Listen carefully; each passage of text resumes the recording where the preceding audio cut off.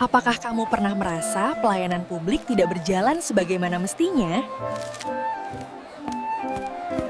Atau kamu merasa birokrasi terlalu lambat, kaku, dan tidak responsif? Situasi seperti ini sering muncul akibat masalah moral dan etika dalam birokrasi. Selamat datang dalam materi Moralitas Birokrasi, Korupsi, dan Akuntabilitas. Mari kita mulai dengan memahami dasar dari moralitas birokrasi. Moralitas birokrasi adalah nilai yang membentuk perilaku etis pegawai publik. Birokrat bukan hanya melakukan yang legal, tetapi juga yang benar secara moral.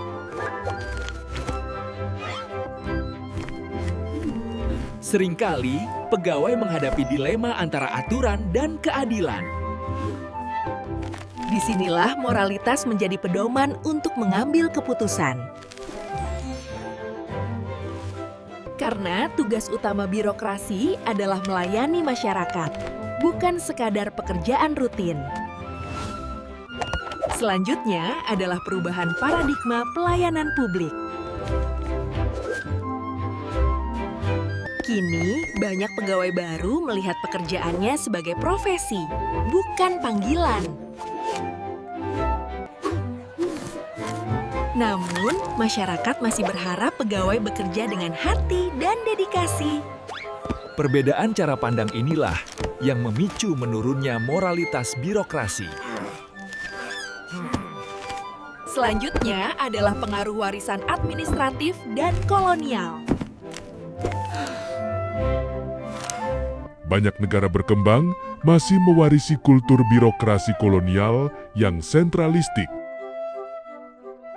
Model ini menekankan status dan hak istimewa, bukan pelayanan. Hal ini menimbulkan sikap arogan dan jauh dari masyarakat. Selanjutnya adalah konflik antara politisi dan birokrat. Politisi sering memengaruhi keputusan administratif demi kepentingan pribadi.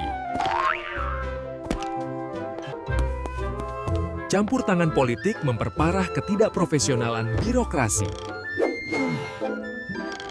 Ini membuka jalan bagi lahirnya administrasi hitam.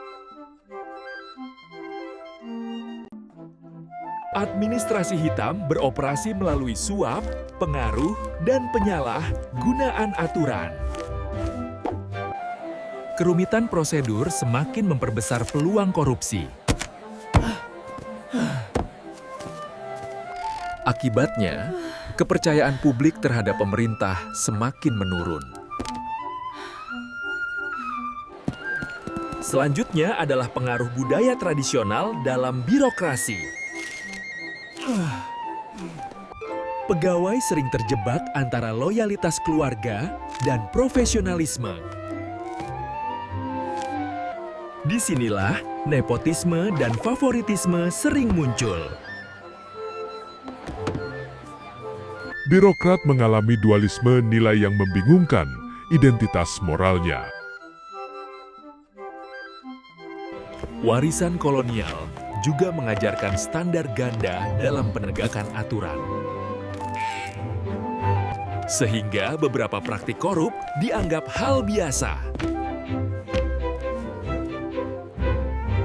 Lama-lama, korupsi tidak lagi dianggap tabu oleh masyarakat. Terutama ketika korupsi politik tumbuh dalam skala besar. Banyak pejabat menyalahgunakan wewenang untuk kepentingan pribadi. Selanjutnya adalah konsep akuntabilitas dalam birokrasi.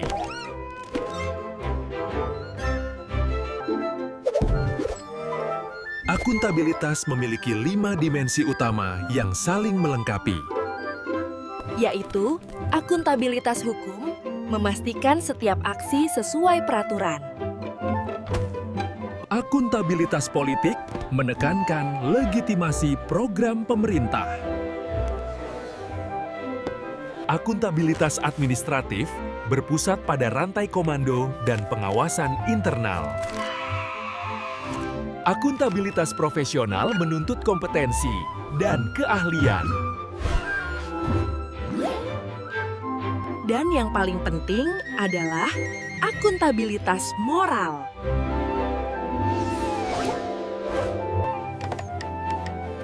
Masyarakat kini bisa ikut mengawasi melalui teknologi informasi. Namun tanpa moralitas, akuntabilitas tidak akan berjalan.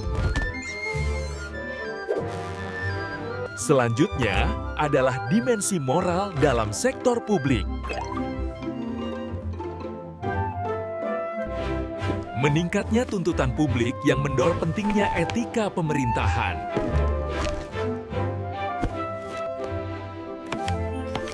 Masyarakat kini ingin pemerintahan yang lebih terbuka dan bersih. Ketidakpercayaan publik menjadi masalah serius yang harus diatasi. Sikap pejabat yang tidak etis memperburuk citra pemerintah. Selanjutnya adalah konsep teologi administratif. Teologi administratif menekankan bekerja atas dasar panggilan, bukan sekadar kewajiban. Ia mengambil nilai luhur dari berbagai agama untuk memperkuat moralitas pegawai. Konsep panggilan mengajarkan bekerja tanpa pamrih demi kepentingan rakyat. Netralitas bukan berarti diam, tetapi aktif melindungi kepentingan publik. Selanjutnya adalah tantangan dan langkah ke depan. Tantangan pertama adalah hilangnya nilai moral dalam pengambilan keputusan. Kedua, masyarakat semakin skeptis terhadap pejabat publik. Ketiga, budaya korup telah mengakar di banyak lembaga. Solusinya adalah pendidikan moral dan pelatihan etik yang berkelanjutan. Kode etik yang wajib dipatuhi menjadi fondasi perubahan. Pemimpin harus memberi contoh moral dan integritas yang kuat. Penegakan sanksi tegas sangat penting untuk membangun efek jera. Digitalisasi layanan dapat mengurangi celah korupsi.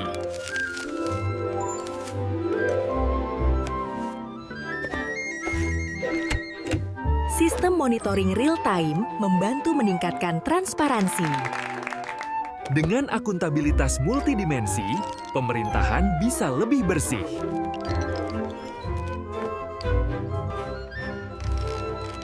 Selanjutnya adalah studi kasus korupsi sistemik di Indonesia. Kasus manipulasi kredit bank menunjukkan celah sistem yang dimanfaatkan oknum. Korupsi di Indonesia sering bekerja melalui jaringan broker kekuasaan. Modus umum lainnya adalah proyek fiktif yang merugikan negara. Perizinan yang rumit menjadi lahan empuk jual beli izin. Tingkat persepsi korupsi Indonesia masih tergolong tinggi.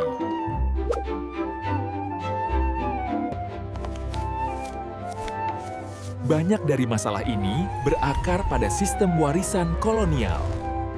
Pertentangan antara nilai modern dan loyalitas tradisional memperparah situasi.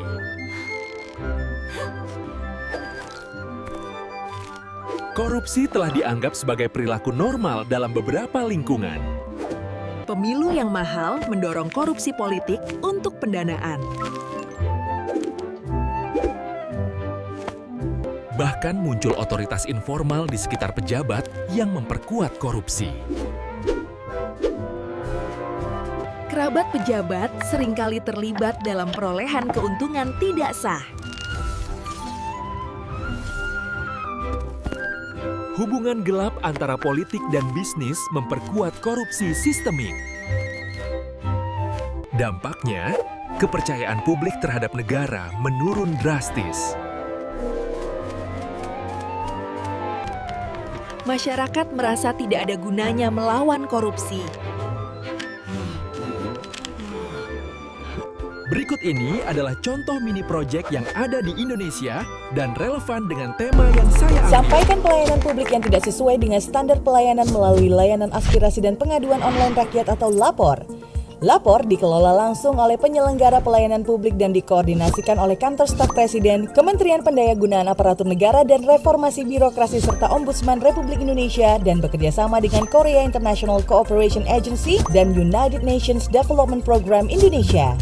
LAPOR adalah bagian dari Sistem Pengelolaan Pengaduan Pelayanan Publik Nasional atau SP4N yang bertujuan agar masyarakat memiliki satu saluran aspirasi secara nasional.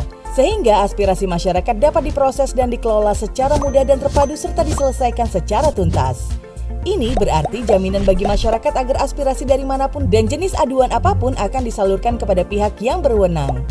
Kualitas pelayanan publik akan meningkat karena aspirasi sahabat pasti tersampaikan. LAPOR juga telah ditetapkan sebagai Sistem Pengelolaan Pengaduan Pelayanan Publik Nasional yang berdasarkan Peraturan Presiden Nomor 76 Tahun 2013 dan LAPOR juga telah ditetapkan sebagai aplikasi umum pengelolaan pengaduan pelayanan publik sesuai amanat Peraturan Presiden Nomor 95 Tahun 2018. Laporan yang disampaikan akan dijaga kerahasiaan identitas, data dan isinya di saat sahabat mengaktifkan fitur anonim dan rahasia. Laporan tidak akan diketahui oleh publik dan pihak terlapor. Sahabat juga akan mendapatkan tracking ID sehingga dapat meninjau proses tindak lanjut dari laporan yang telah disampaikan. LAPOR adalah layanan digital sehingga sahabat dapat mengajukan aspirasi langsung kepada instansi pemerintah berwenang tanpa harus keluar rumah sehingga mengurangi resiko penyebaran COVID-19. Dan di masa adaptasi kebiasaan baru ini, aspirasi sahabat tentang pelayanan publik yang tidak sesuai standar pelayanan terutama dengan penanggulangan dampak COVID-19 dan pelaksanaan vaksinasi akan sangat membantu pemerintah dalam mempercepat proses penanganan pandemi saat ini. Aspirasi, permintaan, informasi, dan pengaduan dapat sahabat sampaikan melalui www.lapor.go.id atau SMS ke 1708 maupun aplikasi Android atau iOS LAPOR. Pada situs LAPOR, formulir yang perlu diisi pun sangat mudah dan terpadu. Semua aspirasi terkait dengan pandemi COVID-19 bisa diajukan secara cepat dan aman serta diselesaikan secara tuntas. Dan menggunakan aplikasi LAPOR juga semudah menggunakan aplikasi seluler sehari-hari. LAPOR juga telah digunakan oleh masyarakat dan berperan penting selama masa pandemi ini seperti pengadaan program bansos dan penanganan pengaduan terkait pandemi COVID-19. Saya ibu rumah tangga yang biasanya mendapatkan bantuan sosial COVID-19 berupa uang, tapi untuk beberapa waktu sempat tidak menerima. Lalu saya mengajukan aspirasi saya melalui LAPOR dan dalam beberapa hari saja laporan saya langsung diproses dan ditindaklanjuti oleh LAPOR. Kondisi saya disampaikan ke pemerintah kota tempat saya tinggal, lalu disampaikan kepada dinas sosial sehingga saya menerima bantuan lagi seperti sebelumnya. Terima kasih LAPOR. Saya pengguna KRL dan suatu hari saya melihat banyak penumpang yang tidak menjaga jarak selama dalam KRL. Setelah saya mengajukan aspirasi saya lewat LAPOR, akhirnya kondisi dalam KRL pun menjadi tertib mengikuti aturan kebiasaan baru saat ini. Terima kasih LAPOR. Saya seorang buruh tani yang pada saat pembagian kartu BPNT sedang berada di luar kota, sehingga saya tidak mendapatkan kartu. Saya kemudian menceritakan kondisi saya kepada LAPOR dan akhirnya mendapatkan solusi. Terima kasih LAPOR. Seperti cerita mereka, aspirasi kita semua akan membantu percepatan penanganan pandemi COVID-19 secara merata. Ayo sampaikan aspirasi dan pengaduan sahabat untuk perbaikan pelayanan publik di Indonesia. Selanjutnya adalah refleksi dan harapan masa depan.